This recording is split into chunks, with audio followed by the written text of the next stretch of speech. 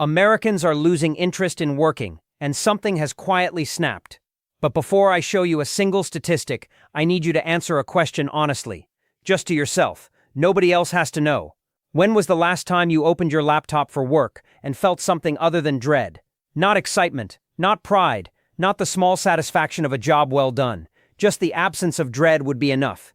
Can you remember it? Or has it been so long that you had to think about the question for a moment before you realized the answer might be never, or might be so far in the past that it feels like it happened to a different person?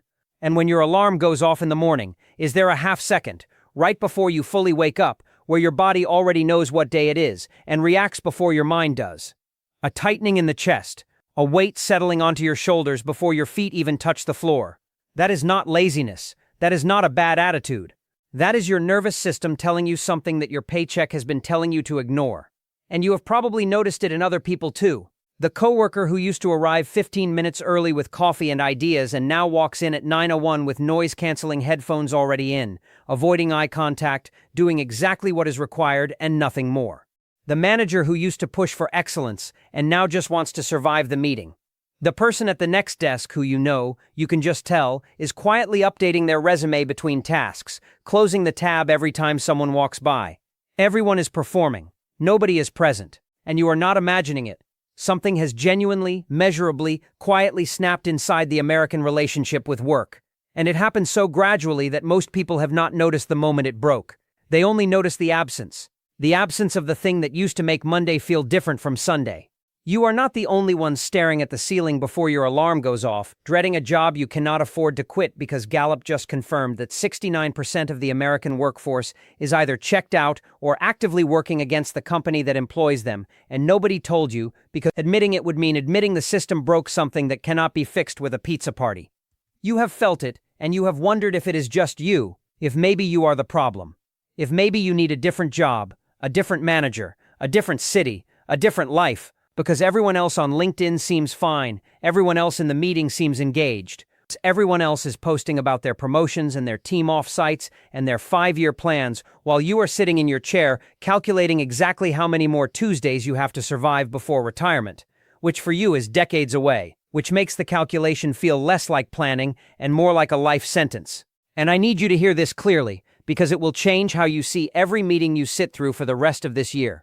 It is not just you. The Gallup 2026 State of the Global Workplace Report, the most comprehensive workplace study conducted anywhere on Earth, found that in the US and Canada, employee engagement sits at 31%, and 31% sounds almost respectable until you understand what it actually means.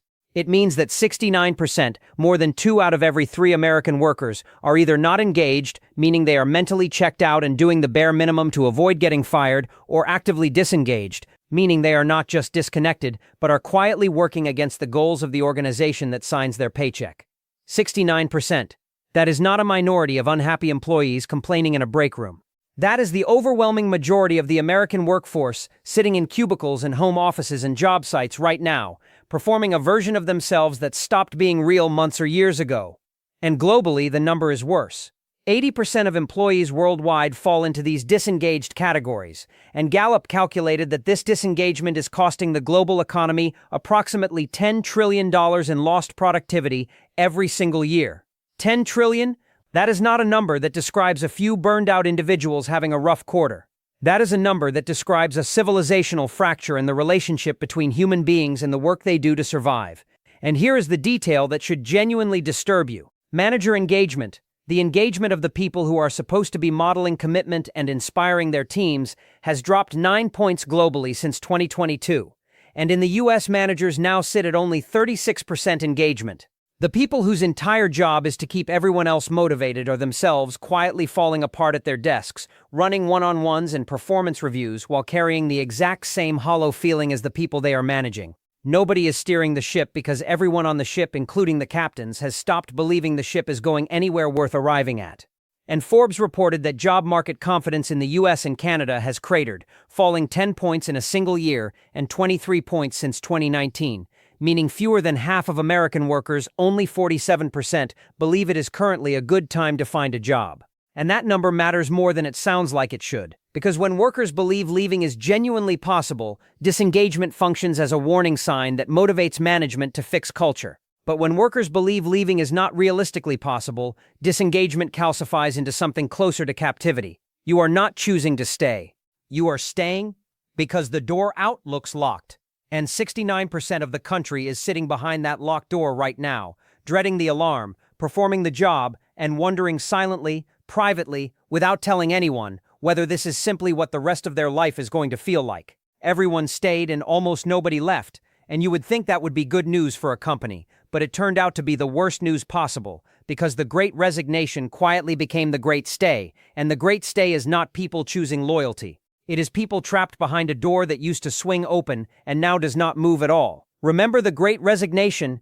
The headlines in 2021 and 2022 about millions of Americans quitting their jobs, walking away from bad managers and toxic cultures, and demanding better pay and better treatment, because for the first time in a generation, workers actually had leverage. There were roughly 2 open jobs for every unemployed worker. You could leave a job on a Tuesday and start a new one the following Monday, often at a higher salary. It felt for a brief and unusual window like the balance of power in the American workplace had genuinely shifted toward the people doing the work. And then it quietly, silently, without a headline announcing its arrival, ended. Forbes named what replaced it with a phrase that has started circulating through HR departments and workplace psychology circles because it captures something that the data alone cannot fully explain. They called it the Great Stay. Nobody is going anywhere. Attrition has dropped. Job switching has slowed to a crawl. And for years, the entire conversation inside corporate leadership was built around the fear of losing employees, build a great culture, or watch your best people walk out the door. But now, with almost nobody walking out any door, that fear-based incentive to actually fix workplace culture has evaporated. And what has been revealed underneath the reduced turnover is not contentment. It is paralysis. Yes, everyone stayed, and most people stopped caring the moment they realized staying was not a choice anymore. It was the only option available, and the labor force participation data confirms exactly how trapped people have become. The civilian labor force in the United States contracted sharply over the past year, falling from 128.69 million people in March 2025 to 123.84 million in March 2026. Nearly 5 million people simply disappeared from the labor force in 12 months. Not laid off and looking, not unemployed and searching, gone from the count entirely, meaning they stopped even pursuing work as an active goal. And for workers 55 and older, participation dropped to 37.2%, the lowest level recorded since June 2025, as older Americans who might have kept working for a few more years quietly decided the fight was not worth it anymore. And Monster.com described the psychological shift with a phrase that deserves to be read slowly.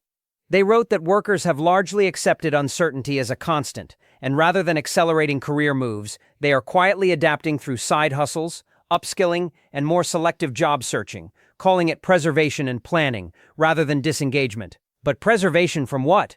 Planning for what? You do not develop a survival instinct unless something around you feels genuinely dangerous, and 40% of surveyed workers told Monster.com they expect the job market to get worse this year, with another 40% expecting no improvement at all. That is 80% of the American workforce walking into every single workday believing, correctly, based on everything they can observe, that the ground beneath their career is either sinking or, at absolute best, refusing to rise. And when you believe the ground is sinking, you do not dream about where the job could take you. You grip the edges and you wait. And the waiting, extended across months and years, is what has quietly hollowed out the interior of the American worker, while their attendance record stays perfect and their resignation letter stays unwritten, folded up somewhere in the back of a drawer they check on more often than they would ever admit out loud. You have sat in a meeting, wondering if the thing you are explaining could just be typed into a prompt box by someone else in 40 seconds, and you told yourself you were being paranoid, and you were not being paranoid at all, because Gallup just confirmed that nearly 1 in 5 American workers now believes their job will be eliminated within 5 years, and in finance, insurance, and technology that number is nearly 1 in 3. You have had the thought. Maybe you pushed it down immediately because thinking it felt like inviting it to happen, the way you do not say a fear out loud because saying it feels like summoning it. But somewhere in the middle of a task, maybe writing a report, maybe drafting an email, maybe pulling together a summary of something that took you 15 years of experience to know how to frame correctly, a small cold thought passed through your mind. This could be done by a machine, not eventually. Now. And you close the thought the way you close a browser tab you were not supposed to have open. Quickly, quietly, and you kept working, and you told nobody, and the thought came back 3 days later while you were doing something almost identical, and you closed it again. That thought is not paranoia. That thought is data arriving early, before the official numbers catch up to what your body already sensed sitting at your desk. Gallup's Q1 2026 U.S. Workforce Survey found that 18% of American employees now say it is somewhat or very likely their job will be eliminated within the next 5 years, specifically due to automation and artificial intelligence, up from 15% just 2 years ago. And in workplaces where AI has already been implemented in visible ways, that number jumps to 23%. Nearly 1 in 4 people watching the tool learn to do a version of their job in real time and doing the math silently at their desk. And in specific industries, the fear stops being a minority feeling and becomes something closer to consensus. In finance, 32% of employees believe their job is likely to be eliminated. In insurance, also 32%. In technology, the industry that built the tools doing the eliminating, 31% of employees inside those very companies believe they are next. Nearly 1 in 3 people in 3 of the most historically stable, historically prestigious, historically secure career paths in the American economy are now sitting at their desks believing, with real justification, that they are training their own obsolescence one task at a time. And here is the detail almost nobody talks about, the one that should genuinely unsettle you. Gallup found that the single strongest predictor of whether an employee actually adopts and uses AI at work, more than the technical integration, more than the training sessions, more than the company mandate, is whether that employee's direct manager actively champions the tool. Meaning the managers, the people at 36% engagement themselves, checked out and burned out and quietly dreading their own Mondays, are the ones being asked to enthusiastically evangelize the exact technology that a third of their own industry believes will eventually replace them.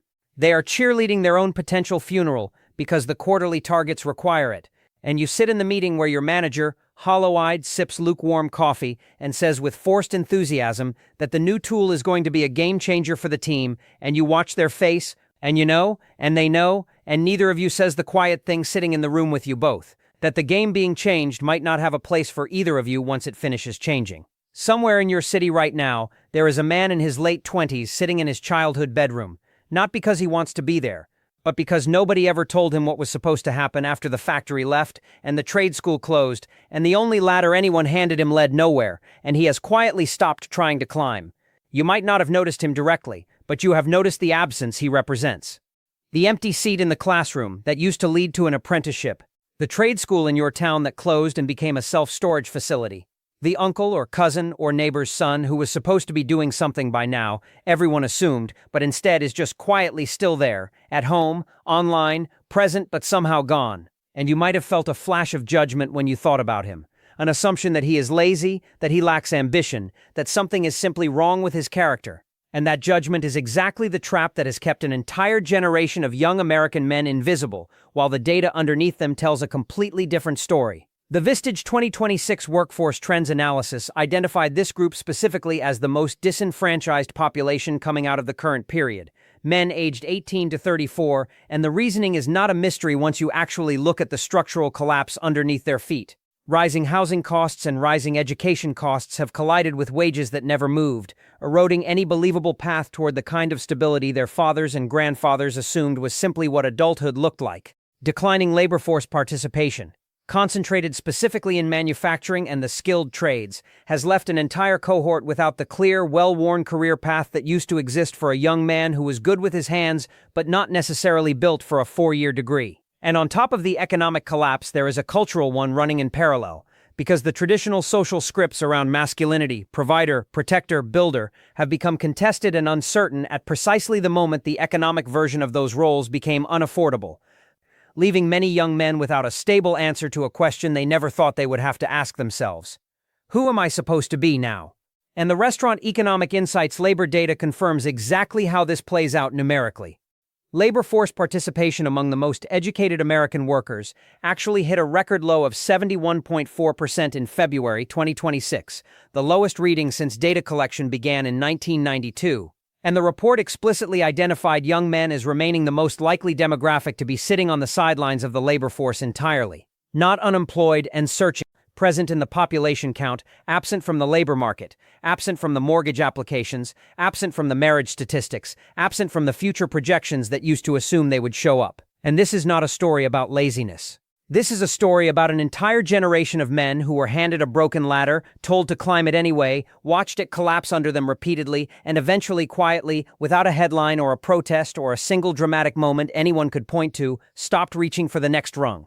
You told yourself the layoffs would stop once the company found its footing, and then the footing kept moving, and now you understand, somewhere underneath the denial you have been living in, that nobody's job is actually safe anymore. Not even the good ones, not even yours. And Newsweek just confirmed that every single sector is now at risk in 2026. You told yourself a story to get through the last round of layoffs. Maybe it was that your department was too critical to touch. Maybe it was that you had tenure, or a good relationship with your manager, or a skill set that felt irreplaceable at the time. You built a small private mythology around your own safety because the alternative, sitting with the reality that nothing is actually guaranteed, was too heavy to carry into a normal Tuesday. And for a while, the mythology worked. You watched other departments get cut and told yourself it made sense. They were bloated. They were inefficient. Your team was different. And then the next round came, and it touched people closer to you, people whose jobs looked a lot like yours, and the mythology started to crack, quietly, the way a windshield cracks from a small rock, and you keep driving and telling yourself it is fine, until one day the whole thing spreads across the glass at once. Aaron Sojourner, senior researcher at the Upjohn Institute for Employment Research, told Newsweek directly that every sector is at risk for layoffs in 2026, that unemployment is rising and job growth is slowing broadly across sectors, not concentrated in one struggling industry, the way previous downturns were. And the reasoning he gave was not a single cause you could point to and say, once this resolves, things go back to normal. He described weakening employer labor demand caused by a combination of policy uncertainty, higher taxes on imported inputs, squeezing margins across manufacturing and retail, the withdrawal of public investment in healthcare and medical and scientific innovation, eliminating entire categories of research jobs, and the loss of immigrant consumers, shrinking demand in the communities and industries that depended on that spending. Multiple simultaneous pressure systems, all converging at once, none of them temporary, none of them isolated to a sector you could safely avoid. And the labor market itself has already confirmed the direction. The U.S. economy added only 75,000 jobs in a single month, badly missing what economists expected, and then the Bureau of Labor Statistics issued a staggering 911,000 downward revision to previous job growth figures, meaning the labor market had already been quietly weaker for months than anyone realized in real time, hidden inside data that would not be corrected until it was too late to feel surprised by the correction. Unemployment climbed to 4.3%, up from the 50-year lows the country was celebrating just a few years earlier. And wage growth has decelerated compared to last year, meaning even the people who keep their jobs are watching their raises shrink at the exact moment their grocery bill refuses to. You are not paranoid for feeling unsafe. You are finally seeing clearly the footing you were waiting for was never going to arrive, because the ground itself is what is moving. You have woken up on a Saturday feeling more exhausted than the Friday before you slept and told yourself you just need one good weekend to reset, and that reset has not come in longer than you are willing to admit, because what you are actually living through is not tiredness. It is a documented physical condition that is quietly killing an estimated 120,000 Americans a year. You have felt it in your body before you had words for it. The kind of tired that a full night of sleep does not touch. The kind where you wake up on a Saturday morning, no alarm, no obligation, and instead of feeling rested, you feel like you have been run over by something you cannot name, and you lie there for 20 minutes trying to locate the source of the exhaustion and coming up empty because there is no single event to point to, no late night, no illness, just a low, steady hum of depletion that has been accumulating for so long, you have stopped remembering what the alternative felt like. And you have told yourself quietly that you just need one really good weekend, one real vacation, one long stretch where nobody needs anything from you. And the weekend comes and goes, and Monday arrives, and the exhaustion is still there waiting for you, the way it always is, because rest was never actually the problem.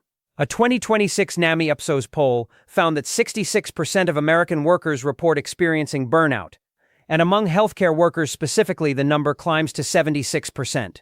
And among Gen Z, it sits at 74%, meaning the youngest people entering the workforce are already arriving depleted before they have even had the chance to build a career worth being depleted over. And burnout is not simply an emotional state you can think your way out of with a better attitude or a gratitude journal. Chronic occupational stress activates the hypothalamic pituitary adrenal axis and the sympathetic nervous system on a sustained, unrelenting basis, keeping cortisol and catecholamine levels elevated in your bloodstream for months and years at a time, and that sustained elevation produces measurable, documented physical damage to your cardiovascular system, your metabolic function, and your immune system.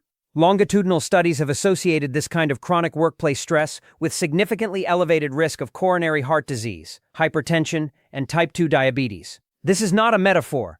Your job, the one you dread every Sunday night, the one that has hollowed you out from the inside while you kept showing up on time, is measurably increasing your risk of a heart attack. Recorders now estimate that chronic workplace stress contributes to approximately 120,000 deaths in the United States every single year.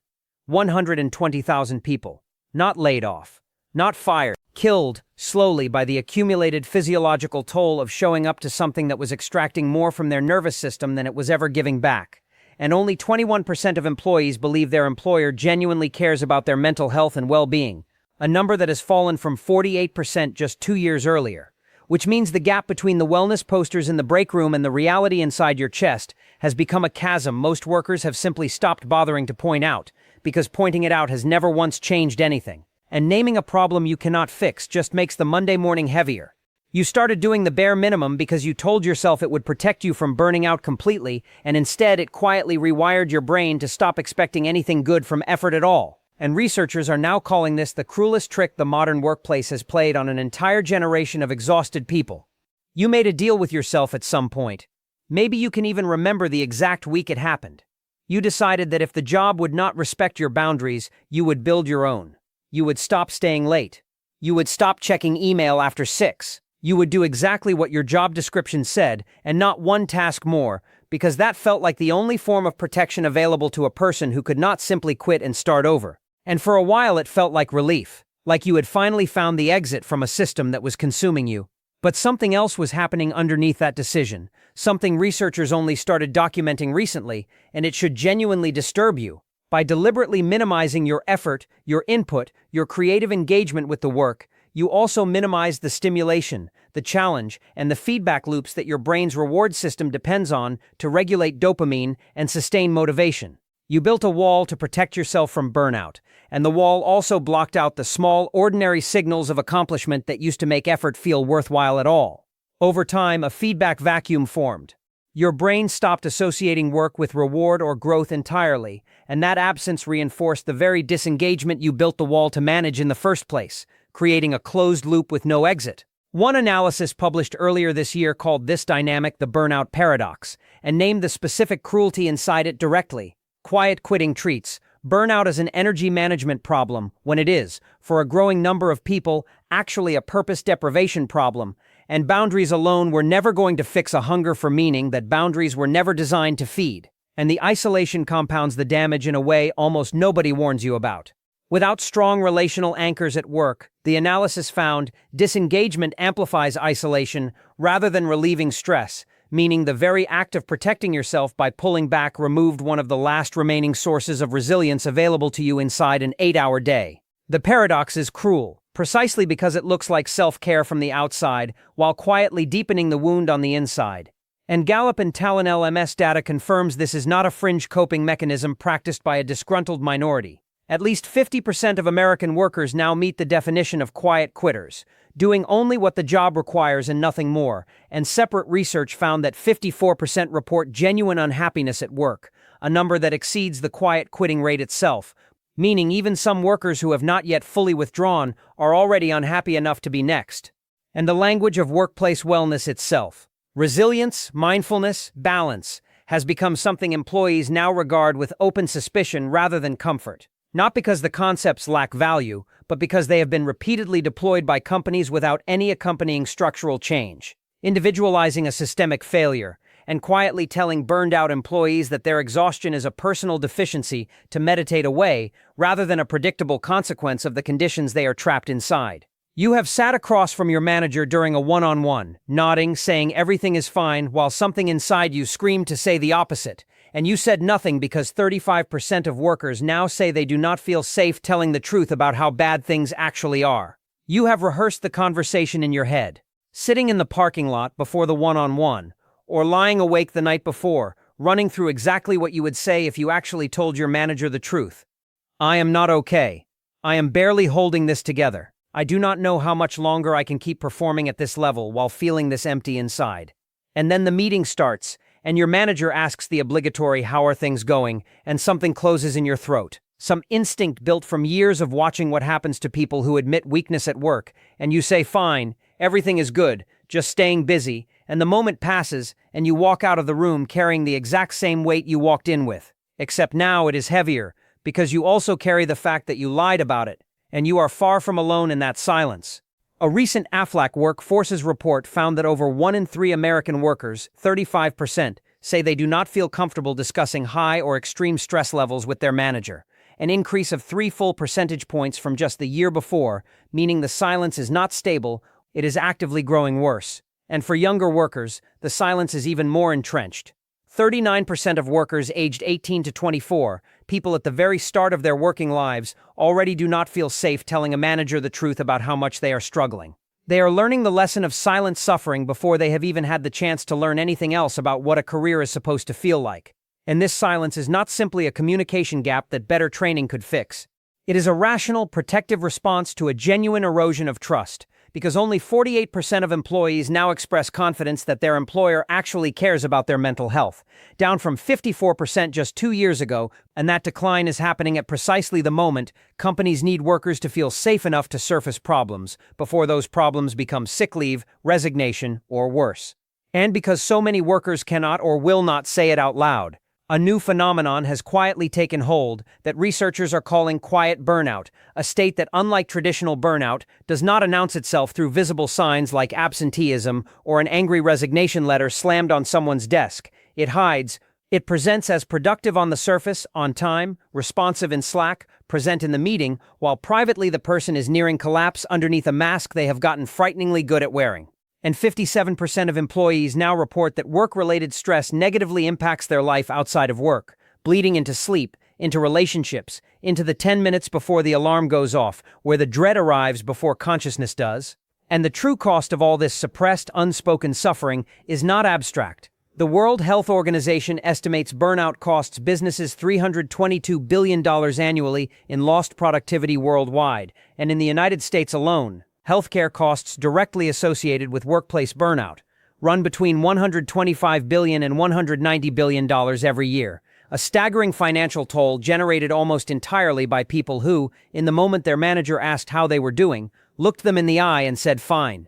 Nobody is coming to fix this from the top, because the people who would have to fix it are the same people currently profiting from you staying exactly this exhausted, and the wellness program they handed you was never designed to heal you. It was designed to keep you quiet long enough to finish the quarter. You have probably sat through the training, the mandatory wellness webinar, the email announcing a new meditation app subscription as a company benefit, the poster in the break room with a photograph of a calm ocean and a sentence about resilience printed underneath it in a soothing font. And somewhere in the middle of sitting through it, nodding along, you felt a small flicker of something that was not gratitude. It was closer to insult, though you might not have let yourself name it that clearly at the time, because naming it meant admitting you had noticed the gap between the gesture and the actual conditions producing your exhaustion, and admitting that meant admitting nothing was going to change. And you were right to feel it. Only 21% of employees now believe their employer genuinely cares about their mental health, a number that has been falling for years, not because the posters stopped appearing, but because the posters kept appearing while the understaffing, the surveillance software tracking your keystrokes, the opaque pay bands, and the relentless optimization of every remaining minute of your day continued entirely unchanged underneath them. Wellness initiatives that coexist with those conditions are not perceived as support. They are perceived correctly as manipulation, because they individualize a structural failure and quietly hand the responsibility for fixing it back to the exhausted person who had no hand in creating it. You are being asked to meditate your way through a crisis that was manufactured by decisions made several floors above you, in rooms you will never enter, by people whose compensation is directly tied to how much output they can extract from your labor, while spending the least amount possible keeping you functional enough to produce it. And here is the part almost nobody says out loud on a corporate stage. A genuinely engaged, genuinely thriving, genuinely well-rested workforce is not actually the cheapest workforce to run. A burned-out employee working at reduced capacity while too depleted to job hunt, too anxious about the market to leave, and too disengaged to advocate loudly for better conditions is, from a pure cost perspective, remarkably convenient to manage. They do not organize. They do not demand raises with the same energy a thriving person would. They absorb the extra tasks silently because pushing back feels like more effort than simply enduring it one more time. Burned-out employees cost their employer $3,400 out of every $10,000 in salary simply through disengagement. And yet turnover, the thing that would actually force structural change, has slowed to a crawl, meaning the system has found a way to extract diminished output from a capped physiological population without the financial pressure that would normally force it to fix the underlying cause. Nobody at the top is coming to save you from this, because from where they are standing, quietly hollowed out and still showing up on time, you look less like a crisis and more like an acceptable equilibrium. You are going to close this video, open your laptop tomorrow morning, and perform the exact same version of yourself you performed today, and that is the most honest prediction I can give you, because nothing in this video was designed to rescue you. It was designed to make you stop lying to yourself about what you are already living through.